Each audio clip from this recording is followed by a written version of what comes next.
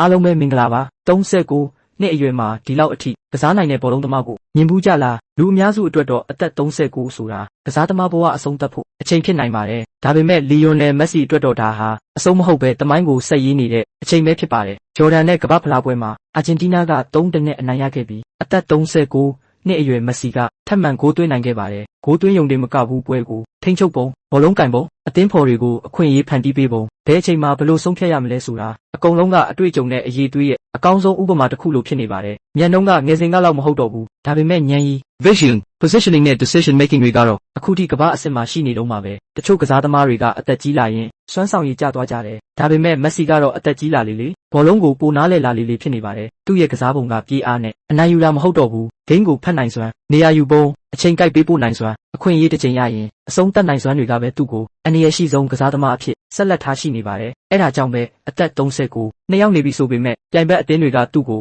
အထူးစောင့်ကြည့်နေရဆဲဖြစ်ပါတယ်ဒီနေ့တွင်းခဲ့တဲ့ဂိုးကလည်းဂိုးတကိုးလည်းမဟုတ်ပါဘူး legend ဆိုတဲ့စကားလုံးကိုထပ်ပြီးအတီးပြုတ်ပေးခဲ့တဲ့ဂိုးတကိုးပါဘောလုံးသမိုင်းမှာကျယ်ပွင့်တွေအများကြီးရှိခဲ့တယ်ဒါပေမဲ့39နှစ်အရွယ်အထိကမ္ဘာအဆင့်စွမ်းဆောင်ရည်ကိုထိမ့်သိမ်းထားပြီးပွဲကြီးပွဲကောင်းတွေမှာအဆုံးဖြတ်ဖြစ်နေစေကစားသမားကတော့အလွန်ရှားပါတယ်မက်ဆီကိုကြည့်ရတာကဂိုးသွင်းတာကိုပဲကြည့်နေတာမဟုတ်ဘူးဘောလုံးဆိုတဲ့အမှုပညာကိုကြည့်နေရတယ်လို့ပါပဲဒါကြောင့်အသက်ကနံပါတ်1ခုသာဆိုတဲ့စကားကိုတက်တည်ပြနေသူကလီယွန်နဲ့မက်ဆီပါ39နှစ်အရွယ်မှာတော့ကမ္ဘာဖလားဆင်မြင့်ပေါ်မှာဂိုးသွင်းနေစေအသင်းကိုဥဆောင်နေစေတမိုင်းမှတ်တမ်းတွေကိုဆက်လက်ချိုးဖျက်နေစေဒီလိုကစားသမားမျိုးကိုကျွန်တော်တို့မျက်စိရှိမှမြင်တွေ့ခွင့်ရနေတာကဘောလုံးပရိသတ်တိုင်းအတွက်ကံကောင်းမှုတစ်ခုလို့ပြောရမှာပါ39နှစ်အရွယ်မှာဒီလောက်အထိကောင်းနေတဲ့ကစားသမားနောက်တစ်ယောက်ထပ်မြင်ရဖို့ဘယ်လောက်ကြာမလဲဆိုတာတော့ဘယ်သူမှမသိနိုင်သေးပါဘူး